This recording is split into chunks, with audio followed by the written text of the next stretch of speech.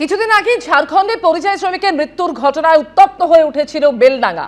আর সেই ঘটনায় এবার খুন নয়, আত্মঘাতী হয়েছেন বেলডাঙ্গার ওই পরিযায়ী শ্রমিক। বালামৌগে তদন্তের ভিডিও দেখিয়ে জানিয়ে দিল মুর্শিদাবাদের পুলিশ। ঝুলন্ত অবস্থায় আলাউদ্দিনের দেহ উদ্ধার, মেলেনি কোনো খুনের চিহ্ন। বেলডাঙ্গার বাসিন্দা শ্রমিকের দেহে যে ক্ষত মিলেছে তাও পুরনো। ময়নাতদন্তের রিপোর্ট উল্লেখ করে এমনই জানিয়ে দিল মুর্শিদাবাদ পুলিশ।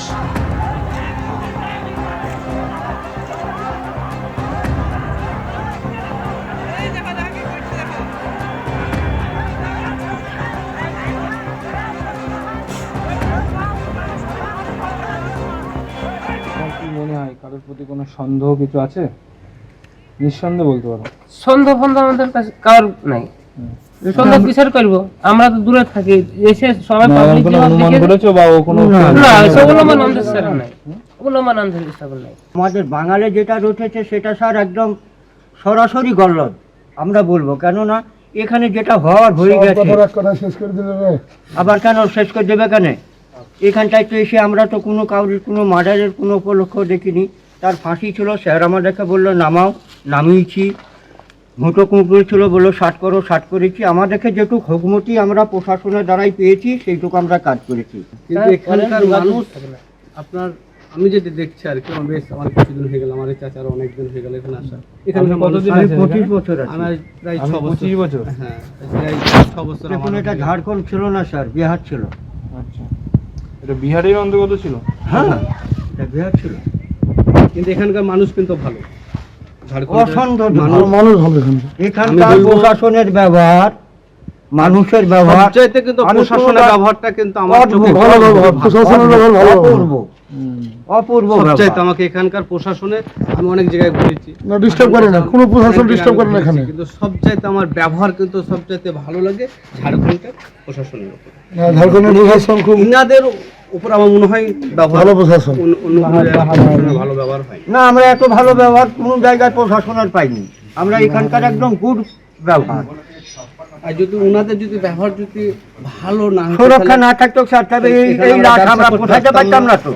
এখানে আমরা খেতেও খেতে পারতাম না। তারপরে এই যে আপনার এখন মোবাইলে যে নিউজগুলো হচ্ছে অনেক অনেক জায়গাতে, তাহলে এখানকার মানুষও কিন্তু আমাদের উপর অনেক অনেক টার্গেট গত 16ই জানুয়ারি ঝাড়খণ্ডে ওই পরিযায়ী শ্রমিকের মৃত্যু ঘিরে অশান্ত হয়ে উঠেছিল বেলডাঙ্গা। খুন করা হয়েছে তাকে, এই অভিযোগ উঠেছিল এবং সেই ঘটনার তদন্তে মুর্শিদাবাদ পুলিশ তারা পালামৌ যায় এবং সেখানে গিয়ে ঘটনার তদন্তের ভিডিও দেখে পুলিশের তরফ থেকে জানানো হয়েছে যে খুন নয়, এটি আত্মহত্যার ঘটনা। যেখানে আলাউদ্দিন শেখের মৃত্যু হয়েছে সেই ঘর পরীক্ষা করা হয়েছে। যারা আলাউদ্দিনের দেহ দেখেছে তাদের সঙ্গেও কথা বলেছে পুলিশ।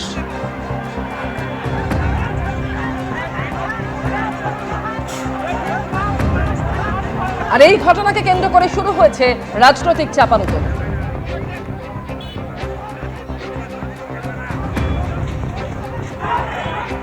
ঝাড়খণ্ডে ওখানে বিজেপি প্রভাবিত এলাকা শোনা যাচ্ছে যা যা অভিযোগ বিজেপির সমর্থিত লোকদের প্ররোচনায়। এবার তার রিয়াকশনটা এসে পড়ছে এখানে। এবার ওই এলাকায় যারা শান্তি সম্প্রীতি ঐক্য রেখে চলেন তারা কিন্তু প্রতিবাদ করতে পারেন, কিন্তু অশান্তি বা বিশৃঙ্খলায় পা দিচ্ছেন না। আবার এই একদিকে বিজেপির এই অন্য এসআইআর এর নামে হয়রানি, অন্য রাজ্যে বঙ্গভাষীকে পিটিয়ে মারা, এই পলিটিক্সটা, আর এখানে উত্তেজনা তৈরি হলে সেটাকে একটা অশান্তির দিকে নিয়ে যাওয়ার প্ররোচনা, এটা বিরোধী পক্ষেরই একাধিক শক্তি এখানে সক্রিয়। এরা তো সব বিজেপির সঙ্গে হাত মিলিয়ে আছে। বারবার বলছি, বিজেপি যেটা করছে এসআইআর এর নামে হয়রানি এবং অন্য রাজ্যে এইভাবে পিটিয়ে মারা, তার তীব্র প্রতিবাদ হচ্ছে। মাননীয় মুখ্যমন্ত্রী আপনাদের পাশে আছেন। পরিযায়ী শ্রমিকদের মৃত্যু নিয়ে যে রাজনীতি তৃণমূল কংগ্রেস শুরু করেছিল এই রাজ্যে, সেই রাজনীতি কতখানি রাজনৈতিক উদ্দেশ্যে করা হয়েছিল এই ঘটনা তার প্রমাণ করে দেয়। এখন যারা এই পরিযায়ী শ্রমিকের হত্যা নিয়ে এই ধরনের তাণ্ডব লীলা চালিয়েছেন, তাহলে এদের কোমরে দড়ি বাঁধবে কে? আমি রাজ্যের মানুষের কাছে এই কথা নিশ্চিতভাবে রাখতে চাই অত্যন্ত বিনম্র চিত্তে, যে রাজ্যের বাইরের মৃত্যু নিয়ে পরিযায়ী শ্রমিকদের যে তৃণমূল কংগ্রেস, এই রাজনীতির মূলে কুঠারাঘাত না করলে বাইরে থাকা প্রত্যেকজন বাংলা ভাষায় কথা বলা ভারতবর্ষের নাগরিক, পশ্চিমবঙ্গের নাগরিক, সেই বাঙালির বিপদ ডেকে নিয়ে আসছে তৃণমূল কংগ্রেস। গণধর্ষণের পর নৃশংস খুন 2013 সালে কামদুনিতে উদ্ধার হয়েছিল কলেজ ছাত্রীর দেহ। 13 বছর কেটে গেছে, মূল অভিযুক্ত 6 জনের মধ্যে 4 জনই বেকসুর খালাস হয়ে গেছে। সুপ্রিম কোর্টে এখনো মামলা চলছে, আর কয়েক মাস পরেই রাজ্য বিধানসভা নির্বাচন। এরকম কত ভোট আসে যায়, সুবিচারের অপেক্ষা ফুরোয় না কামদুনির। বিচার তো পাইনি। 2016 সালে একটা নির্বাচনী ভোট হয়েছিল, তাতেও বিচার পাইনি। 2021 সালে ভোট হয়েছিল, তাতেও আমরা বিচার পাইনি। আবার 26-এ ভোট আসছে, আমরা বিচার পাবো কি না পাবো তাও ঠিক নেই। 2013 থেকে 2026 এক যুগেরও বেশি সময় কেটে গেছে। একের পর এক ভোট এসেছে, মিলেছে নানা আশ্বাস প্রতিশ্রুতি, কিন্তু বিচার? মেয়ে হারানো পরিবারটার দাবি তা আজও অধরাই। কলেজ পড়ুয়া মেয়ের ছিন্ন ভিন্ন হয়ে যাওয়া মৃতদেহের স্মৃতি আজও দিন রাত কুড়ে কুড়ে খায় এই মা বাবাকে।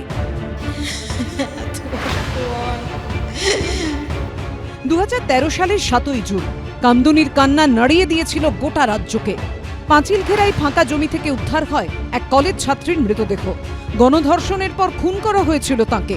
এই নৃশংস ঘটনার 10 দিন পর উত্তর 24 পরগনার ছোট্ট জনপদে পা রেখেছিলেন মুখ্যমন্ত্রী। 15 দিনের মধ্যে চার্জশিট দিয়ে দেওয়া হবে, মানে জেলে থাকাকালীনই, এই লকআপে থাকাকালীনই। এই দুটো কেসের জন্য আমরা দরকার হলে ফাঁসি এবং মৃত্যুদণ্ড দুটোই আমরা চাইবো। এটা কোর্টের কাছে চাইবে গভর্নমেন্ট। এরপর কামদুনি কাণ্ডের তদন্তভার যায় সিআইডির হাতে। পরবর্তীকালে ব্যাংকশাল আদালত 3 জনকে মৃত্যুদণ্ড ও 3 জনকে যাবজ্জীবন কারাদণ্ডের সাজা শোনায়। কিন্তু 2023-এর 6 অক্টোবর কামদুনি কাণ্ডে 3 জন দোষী সাব্যস্তের ফাঁসির সাজা রদ করে দেয় কলকাতা হাইকোর্ট। 2 দোষীর যাবজ্জীবন কারাদণ্ডের নির্দেশ দেয় ও 4 জনকে খালাস করে হাইকোর্ট। এতেই ক্ষোভে ফেটে পড়ে কামদুনি। সিআইডি তদন্ত নিয়ে ক্ষোভে ফুঁসে ওঠে কামদুনিবাসী। এই আশা কোনোদিন করিনি, দীর্ঘদিন ধরে আন্দোলনের পর আমরা এই আশা সত্যি করিনি। আমরা হাইকোর্টের নির্দেশ চ্যালেঞ্জ করে সুপ্রিম কোর্টে গেছে নিহত ছাত্রীর পরিবার। মামলা আজও ঝুলে রয়েছে। কামদুনিবাসীর সঙ্গে আজও নিরাপত্তাহীনতা। বিচার তো পাইনি, এখন এই বিচার দিদিকে আর আমাদের করে দেবে? আমার মনে হচ্ছে তো না, দেবে না এখন দিদি বিচার। আমাদের এখন খুবই ভয় আছে, আমাদের আতঙ্ক খুবই আমরা ভুগছি। রাত্রিবেলা ঘুমায় না, আমার ওয়াইফও কাঁদে, আর আমিও রাত্রিবেলা করে আমি কাঁদি, আমিও থাকতে পারছি না। কোন দিনে কাঁদতে কাঁদতেই হয়তো আমি মারা পড়ে যাব। 2026 সালে বিধানসভা ভোট আসছে, তাতে আমাদের দিক দিয়ে কোনো পরিবর্তন আমরা দেখতে পাচ্ছি না। কারণ রাজ্য সরকার আমাদের হয়ে কিছু মুভমেন্ট করছে না, কিন্তু আসামিদের হয়ে মুভমেন্ট করছে। তার জলজন্ত প্রমাণ। যদি রাজ্য সরকার আমাদের হয়ে থাকতো, তাহলে সুপ্রিম কোর্টে কপিল সিবালকে দাঁড় করানোর পরেও 5টা ডেটে কপিল সিবাল দাঁড়াতো, সেখানে দাঁড়ায়নি। 1 নম্বর। 2 নম্বর, হাইকোর্ট থেকে যে 4টে আসামি ছাড়া পড়েছে, ফাঁসির আসামি এবং বেকসুর আমৃত্যু কারাবাস যারা ছাড়া পেয়েছে, তাদের বাড়িতে পুলিশ পোস্টিং আছে, কিন্তু আমাদের বাড়ির পুলিশ পোস্টিং নেই। ভোট আসে, ভোট যায়, কামদুনির বিচারের অপেক্ষা আর ফুরোয় না। কিন্তু আর কতদিন? সমীরণ পালের রিপোর্ট, এবিপি আনন্দ, উত্তর 24 পরগনা। এবিপি আনন্দ, এগিয়ে থাকে, এগিয়ে রাখে।